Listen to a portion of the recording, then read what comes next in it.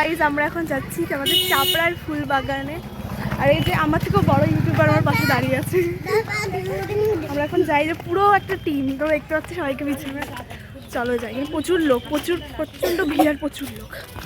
আজকে তোমাদের ভিডিওটা দেখতে একটু প্রবলেম হতে পারে, কারণ আমি ঠিকভাবে ক্যামেরাটা ধরতে পারিনি। তারপর দেখো এতগুলো টোটো দেখে এত ভিড় ঠেলতে ঠেলতে আমরা চলে গেলাম আমাদের ডেস্টিনেশন। আসলে এটা গেছিলাম আমরা সরস্বতী পুজোর দিন, গিয়েই দেখো আমার ভাইয়ের সাথে দেখা হয়ে গেল, ওরা ওখানেই ছিল। এই পুকুরটাকে ঘিরেই সম্পূর্ণ বাগানটা। বাগান না, আসলে মানুষ যেখানে চাষ করে আর সেখানে সব ট্যুরিস্টরা ঘুরতে আসে। জানি না কেন এখানে আমার মাকে একটু দেখিয়ে দিলাম। আর এখানে একজনের সাথে আমার দেখা হয়ে গেছিলো হঠাৎ করে ঘুরতে ঘুরতে।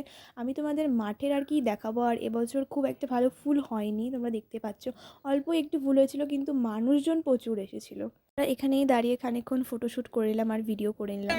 এখানে এত ভিড়, মাইন্ড ব্লোয়িং ভিড়, এত ভিড় এত ভিড় এত ভিড়। আমাদের এখানকার লোক তো আছেই, উল্টে বাইরের এত লোক, মানে তোমাদেরকে একবার দেখাই। এই দিকটা বেশি লোক নেই, ওই দিকটাতে আছে, সেই দিকটাই যাচ্ছি আমরা। আমার মুখটা দেখে লাভ নেই, তোমরা নেচারটাকে দেখো।